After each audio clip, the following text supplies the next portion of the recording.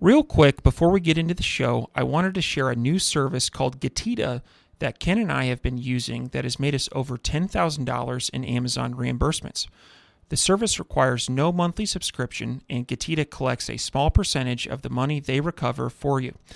It takes less than 5 minutes to set up and works on all Amazon marketplaces. Go to Getita.com, Getida, and enter promo code FTM400. That's FTM for Firing the Man 400 to get your first $400 in reimbursements commission free. How much money does Amazon owe you? Yeah, absolutely. I think it's been invaluable. It's the first time I started doing that was at the end of 2019. I repeated the process in 2020 and then again in 2021. And each time I'm able to do that, it's adding more value and more value. And, I think last year when David and you and I decided to do a podcast on our goals and share them with the world and be vulnerable, I think it adds another layer of accountability, right? Because, hey, we're publicly saying, hey, these are our goals. Let's go and achieve these. And we have other people besides you and I to hold us accountable for. And sharing goals, I think whether it's you share them with your business partner, you share them with your friends, your mentor, whoever, the universe, I think you just add another layer of accountability.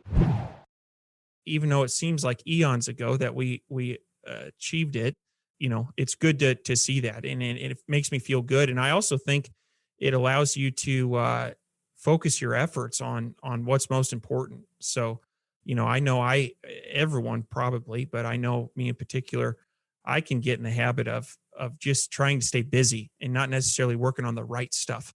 And by having these goals and by not having too many, it really allows you to focus your efforts. And so I'm happy with how we performed this year in 2021.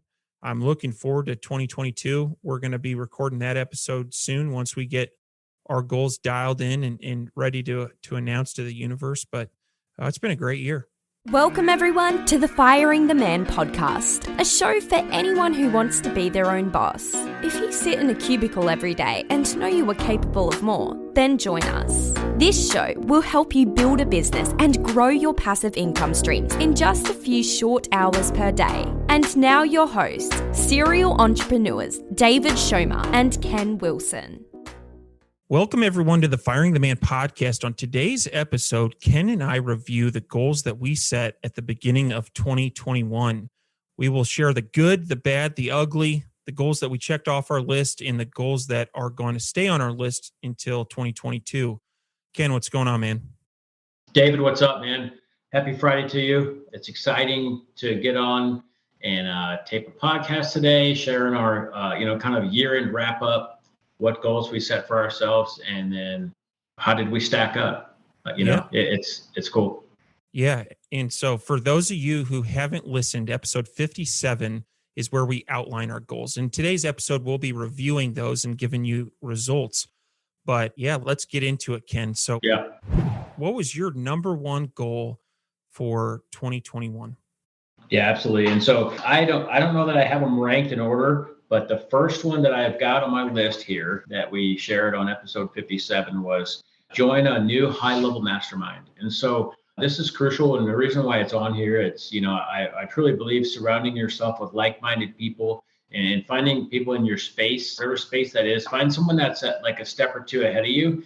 And then, you can ask them questions on how they got there. And so joining a new high-level mastermind was one of my goals, and I'm happy to say that goal is complete. So I joined a new mastermind a few months ago, and we're spinning it up, and it's been really good. So that is complete. Success.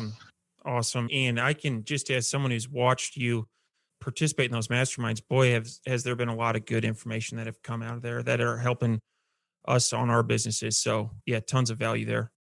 Yeah, absolutely. And I never really considered masterminds or paying for mentors or doing any of that just, 3, 4, 5 years ago. Now today, it's unlocked so much more for my business just by joining these masterminds and reaching out to mentors. And so if you've never done that, I would encourage you to research it a little bit and give it some consideration, because like David mentioned, it's extremely helpful in progress. David, what's your first one? Yeah, so I went back to prep for this episode. I went back and I listened to our this podcast where we set our goals. And this was in January 2021. And at that point in time, I was employed full time at the accounting firm. And my goal the previous year had been to fire the man. And unfortunately, I did not achieve that in 2020.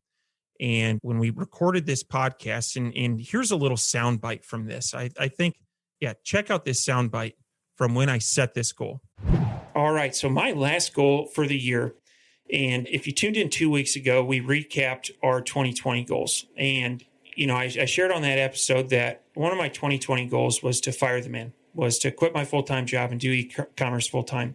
And I was too nervous to say that, on our goals episode. And so I just kind of skipped over it. And at the end of 2020, I was still employed at my job, at my full-time job. And this year's different. I am putting this out to the Firing the Man Nation. I am putting this out to the universe that I want to fire the man in 2021. And I want you to hold me accountable to this. Fans, I want you to hold me accountable to this. I think that one thing that's held me back is discomfort. I've been waiting for discomfort to pass.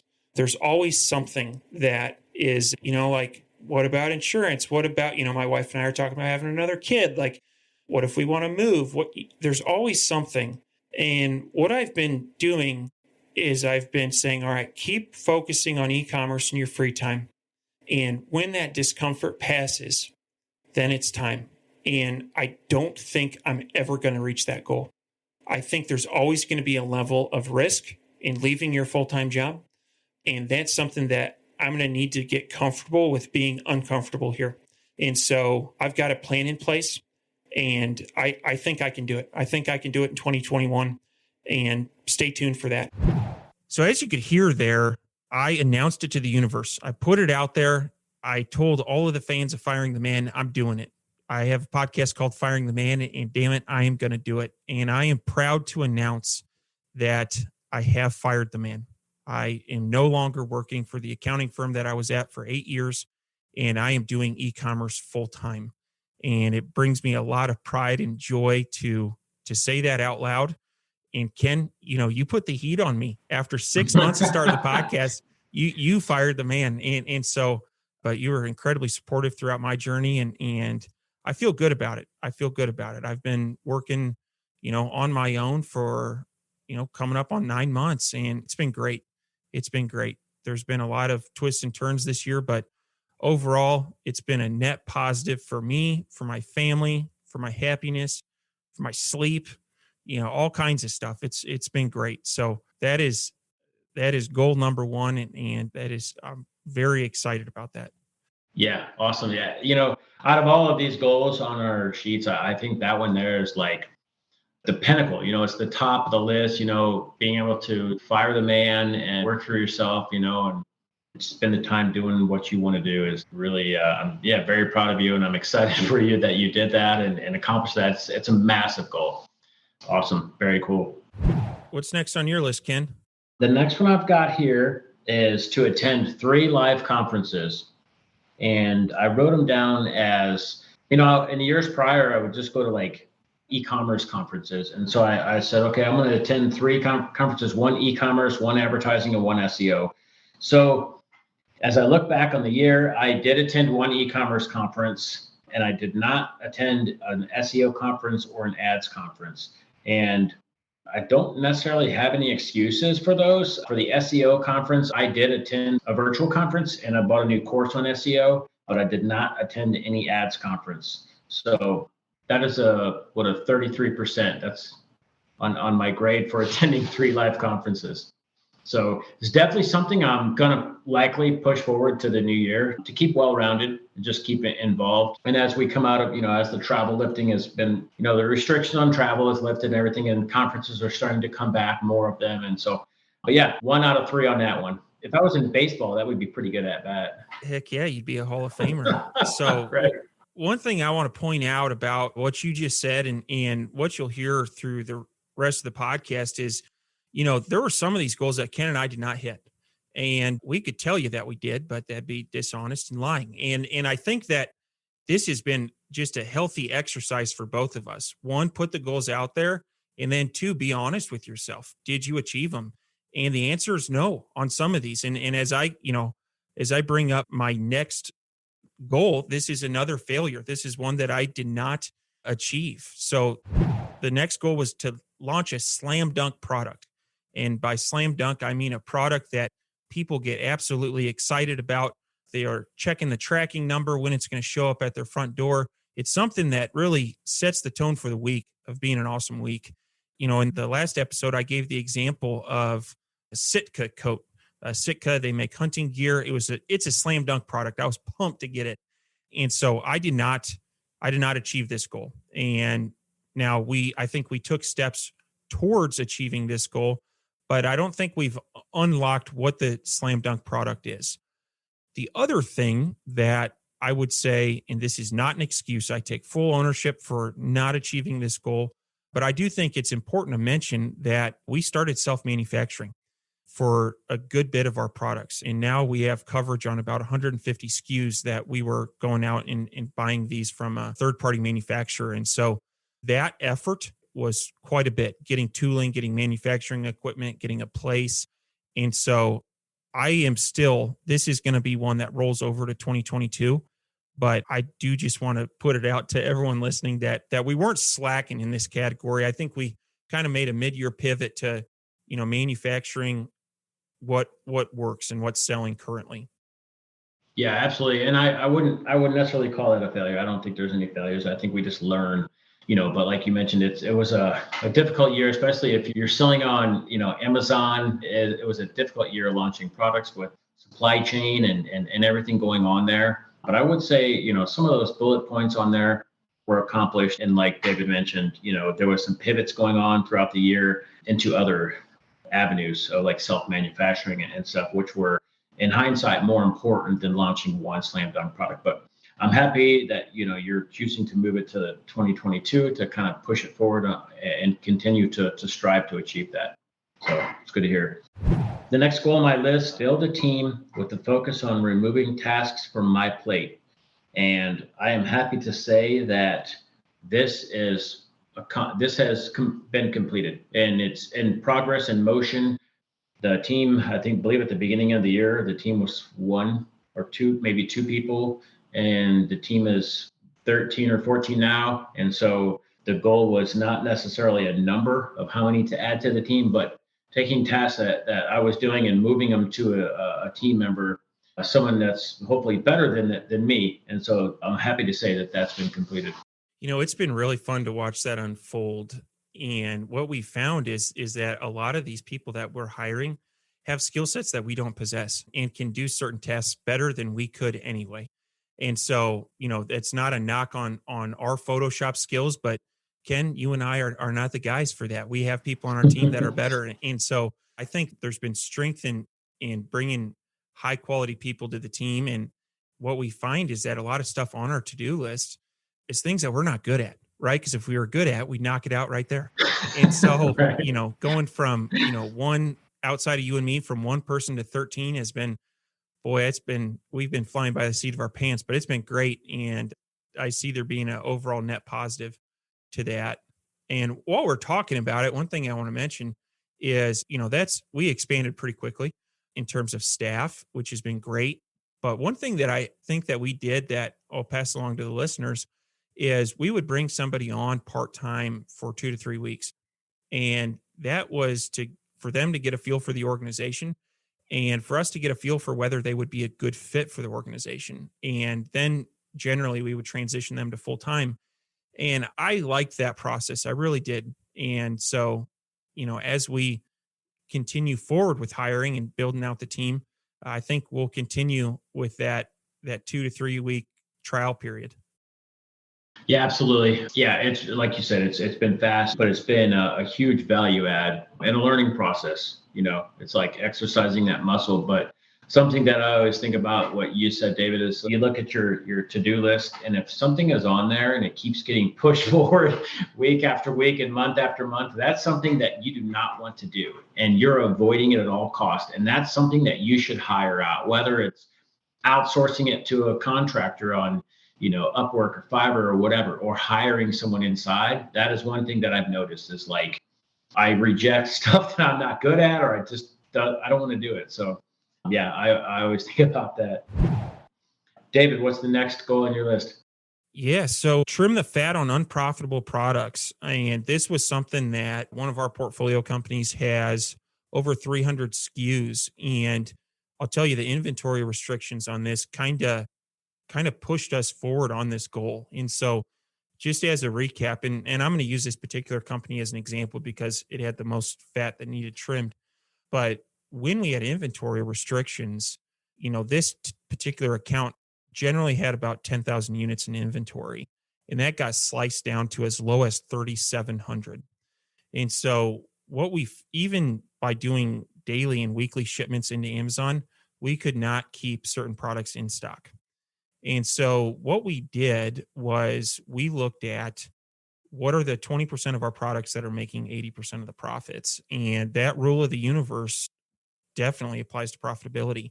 And we prioritized getting those back in stock all the time. And some of our less profitable products, we did not restock. In fact, we did some removal orders on those and have not restocked on them since. And so that's something that we did it because of inventory restrictions. However, it's been a good move for the company overall. It is trimming out those unprofitable products. And, I talked in, the goal setting episode about how it's hard to kill a product, right? You've got $500 wrapped up in photography, $300 wrapped up in a video. You've got professional listing. You have keyword research. You've got a lot of hours and money tied up in launching a product. And I'd be lying if I didn't include pride. I've never launched a product that I thought was going to be a total dud, and not sell. I always go into this optimistic. And so, but sometimes you just got to look at a product and look at the numbers and say, hey, I swung and missed, and I'm going to kill this product, and I'm going to move on to things that I know are working. Yeah, absolutely. And I remember, kind of going through those exercises early on, and I'm glad you kind of explained that too. It's a interesting concept when you have a product that you've already taken to market. It's a year or 2 or 3 old, whatever, and for whatever reason, it's not profitable. And staying with that product can hurt you long term versus, like you mentioned, David, just doing away with the product and retiring it. And so if you have a catalog of products and you've been selling for a while, like what David said, go through that exercise of what is your most profitable products and what are the very, very bottom outliers. They're just not profitable. And it's a tough decision to make, but the numbers don't lie. The numbers point to what they point to. And so, yeah, it's been good to, I think, kind of make those pivots. Absolutely. Absolutely. So Ken, what's next on your list? All right. Next one I have on my list is 5 hours per week spent on focusing on diversification off of Amazon.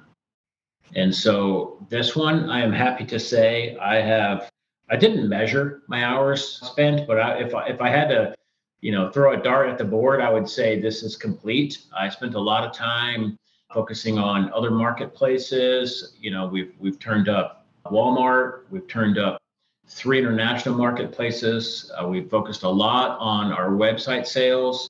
And so this one is complete. And it feels really good to begin moving that needle off of 98% Amazon sales, moving that needle down more and having more diversification. It's better for the business. It's better for me sleeping at night. It's good. David, what's your next goal? So it was to make one acquisition or do a deep dive on 20 companies in the shopping phase. And the reason for this goal was Ken and I had interest in buying a company. And I would say that was largely driven by all the M&A activity going on in this space. And, we this year laid the groundwork for international expansion as well as getting into Walmart. And we really haven't reaped the benefits of that. There's been a lot of time and effort involved in just getting those off the ground. And so when we looked at, are we better off reinvesting our resources back into our current portfolio companies or making an acquisition? We made the decision that we were better off reinvesting. And I'm glad that we did that. And I'm looking forward to 2022 to reap the benefits of the groundwork that we laid in 2021. Now, we did do a deep dive and a full-blown due diligence on one particular company, and that was great. I'm glad that we went through those motions. We met with the seller, we looked through financials, we did market research, and I think just the very act of going through that exercise made us better at just business. I know that sounds very general, but it was a good exercise for us to go through. We decided that that company, there were too many risks, and that the purchase price relative to the amount of income that it would spit off, it didn't make sense. And so we were done with that. But man, there was a couple weeks there where things were getting hot and heavy, and we were talking to lenders and getting stuff lined up. And so that one is, we'll see in 2022. I will never rule out making an acquisition. However, I do think that, we have higher priority things to focus on right now. Sorry to interrupt the episode. You may have heard Ken and I talking recently about a new tool that we're using for Amazon refunds. Now, I have used other refund tools like this. However, I can tell you in the first 7 days, they scrubbed the back end of my Amazon account going back 18 months and found $5,000 of refunds. And the nice thing about this is it's my money. Amazon made a mistake and they are just auditing my account. The other thing I really like about this tool is there is no monthly fee. They only charge a commission if they are successful in getting you your money. Go to Getida.com, Getida, and enter promo code FTM for Firing the Man, FTM400. This is an awesome tool. Can't say enough good things about it. Now, back to the episode. Yeah, absolutely. Definitely agree.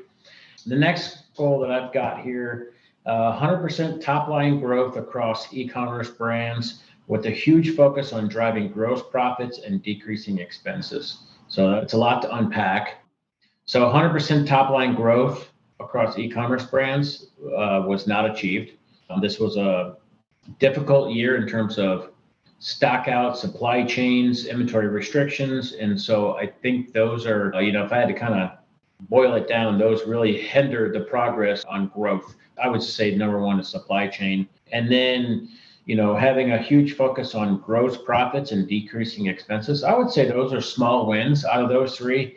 David, you've broken out tons of modeling and reporting and really drilled into gross profits, and we've slashed any expenses that we don't need. We've really consolidated. And so I would say those are two wins out of that one, but the 100% growth, we did not reach this year. That'll be something that we'll likely modify a little bit. I think it's always good to reach for, there's no sense in setting a goal of, hey, I'm going to try to get 7% growth in a market space that's averaging 80, so it was a lofty goal. We didn't hit it this year, but we'll modify it and probably push it out to 2022. David, any thoughts on that one? Yeah, that was a lofty goal. And if you were to say like the president of GM, if they were to come out and say, hey, we're going to double top line profits, people would say that's unreasonable. And so, that was a very lofty goal, is doubling in size. And I, here's what I'll say is on the Walmart expansion and on international expansion, it just quite simply took longer than we thought. And so I think we were banking on a lot of those new marketplaces to contribute to that. But boy, did we prime the pump for 2022. And so I would love to see that one roll forward to next year. And I do think 100% growth is possible. And so, I would also add that, listen, people, if you're setting goals and you're meeting every single one of them, then you're not setting your goals high enough or lofty enough. And so that was a lofty goal, and boy, did we grind hard to get there, but we didn't hit it. And that's life. So yeah, it is. Yeah. Awesome. So David, what's your next goal? Yeah. So schedule time on calendar for certain long-term initiatives. This one we can check off the list. And I've got some notes here of specific long-term initiatives that Ken and I have weekly or monthly meetings on. First is product lifecycle, where we're looking at new products to launch. We're keeping conversations rolling with suppliers. And we're also looking at, hey, what products do we have that we've seen a lot of competition come in on? And, maybe we don't want to invest as heavily in that particular product. And so that's one. Number two is profitability. This is something that we're looking at on a weekly basis and making decisions based off of that. And I'm glad that we're doing that.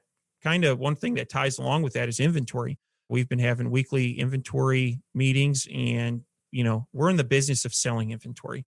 So I think if you're not dedicating time every week, if not every day on inventory, then you're probably leaving some money on the table. And then the last thing is hiring. We have a hiring meeting once a week. We'll talk about, what positions have we filled? Where do we have gaps in skill sets, and what needs do we have?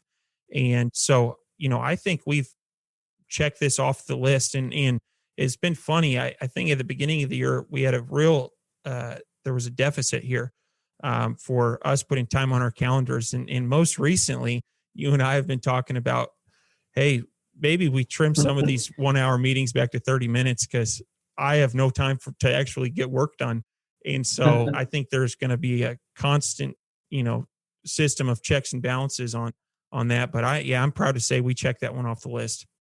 Yeah, awesome. And then you're right, it's just the constant push pull of, the universe is always in flux, right? And so sometimes you go one way and get pulled in the other, but that's a huge win. The next one I have on my list, on my email list to 30,000, to which David challenged me to go to 50,000, and I accepted that challenge. And this goal was not hit. Yeah, that was a lofty goal, and the email list is still strong. It's driving good sales, but it did not increase to 50,000.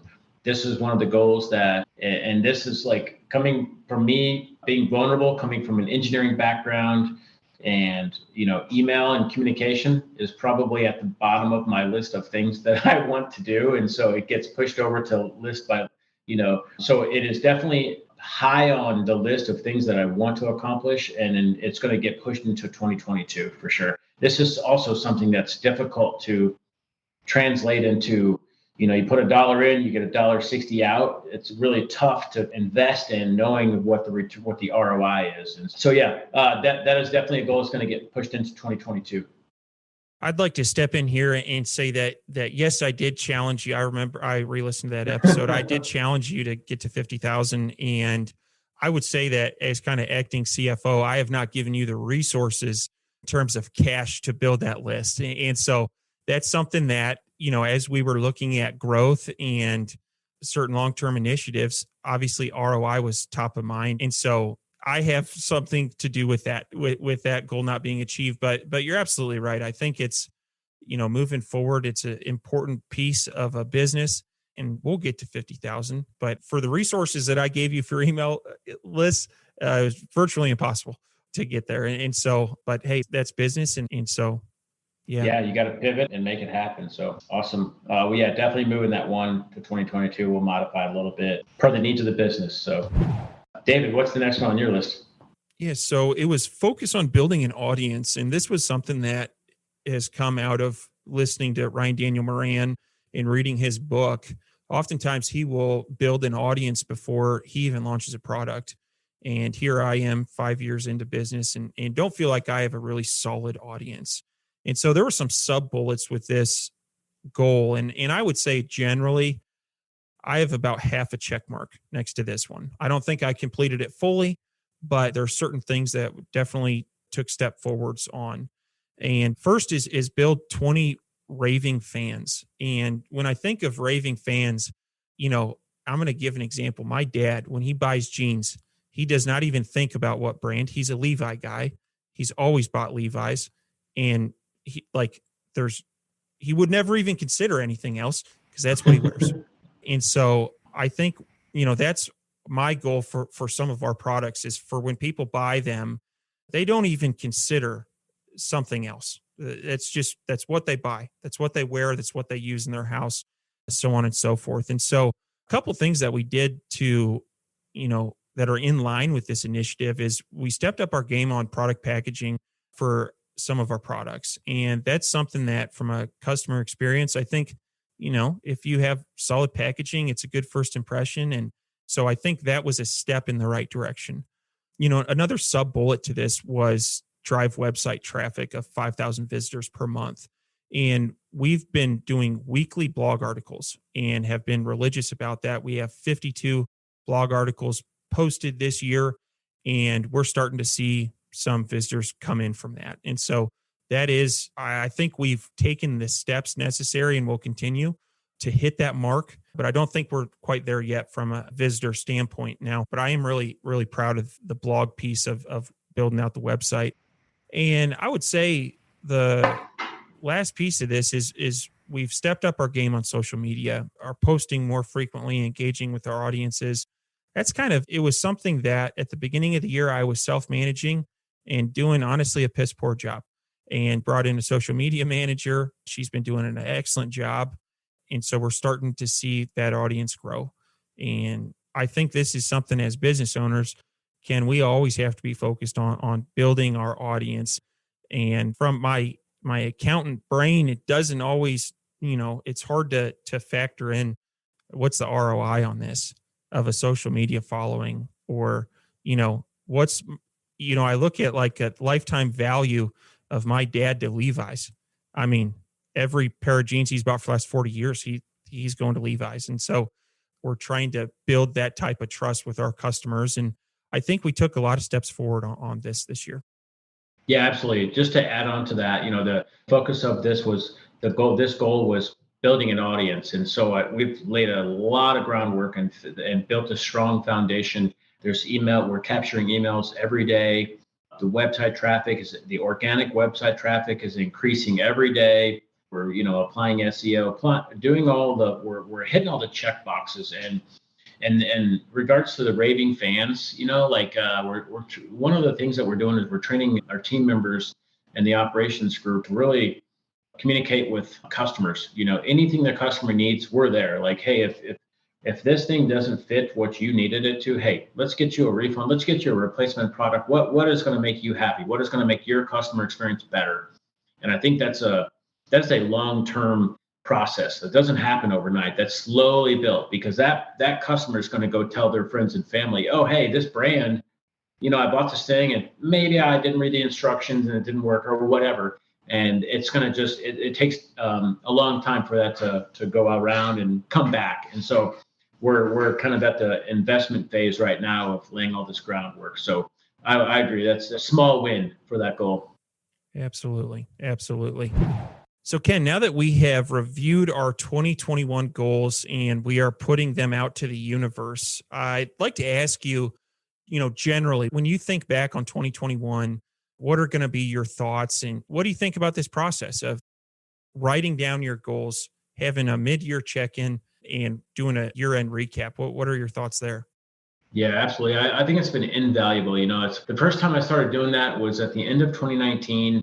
I repeated the process in 2020 and then again in 2021. And each time I'm able to do that, it's adding more value and more value. And, I think last year when David, you and I decided to do a podcast on our goals and share them with the world and be vulnerable, I think it adds another layer of accountability, right? Because, hey, we're publicly saying, hey, these are our goals. Let's go and achieve these. And we have other people besides you and I to hold us accountable for. And sharing goals, I think whether it's you share them with your business partner, you share them with your friends, your mentor, whoever, the universe, I think you just add another layer of accountability, that they're out there. And also it goes with anything, with like journaling and writing down any kind of goals or statements. Like when you write something down, I think it becomes more realistic, right? Like you're writing this down, and so it's going to happen. It has a higher chance of happening.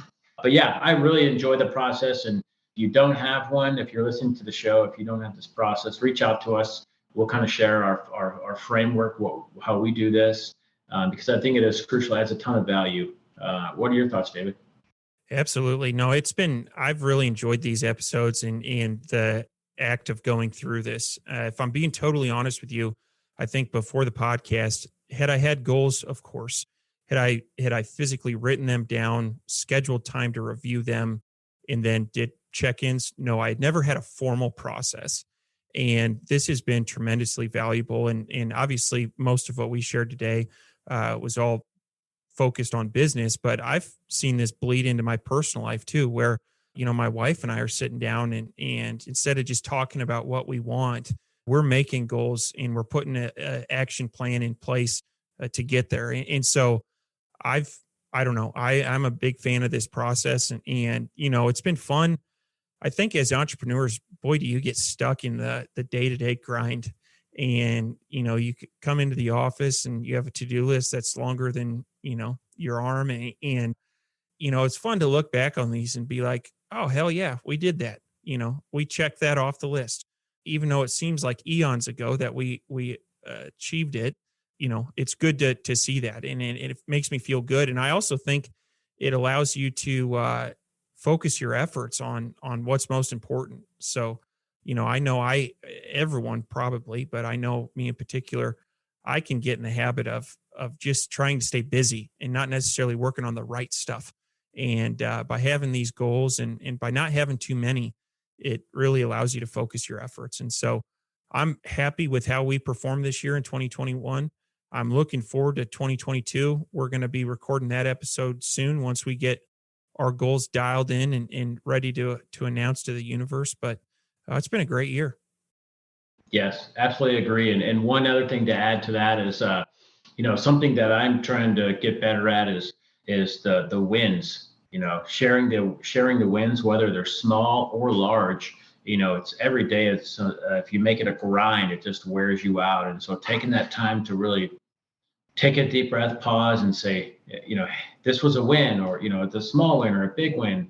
That is crucial. It's like a breath of fresh air, and I was never good at that, and I've been working on that this year, and it's made a huge impact. So absolutely, yeah. So David, once, like you mentioned, whenever goals are finalized, we'll get back on and do a 2022 goals announcement. So I'm excited for that, and excited to share it with everyone.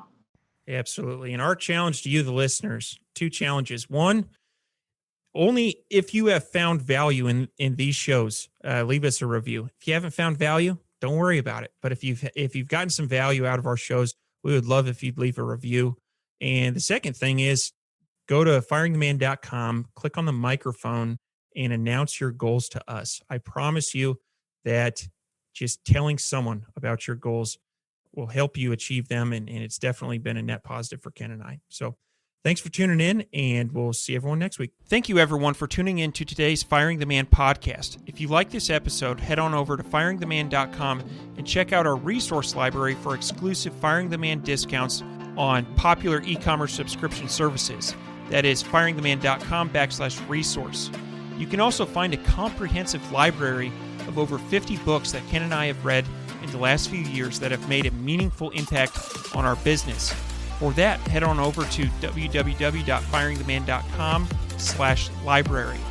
Lastly, check us out on social media at Firing the Man and on YouTube at Firing the Man for exclusive content. This is David Schomer. And Ken Wilson. We're out.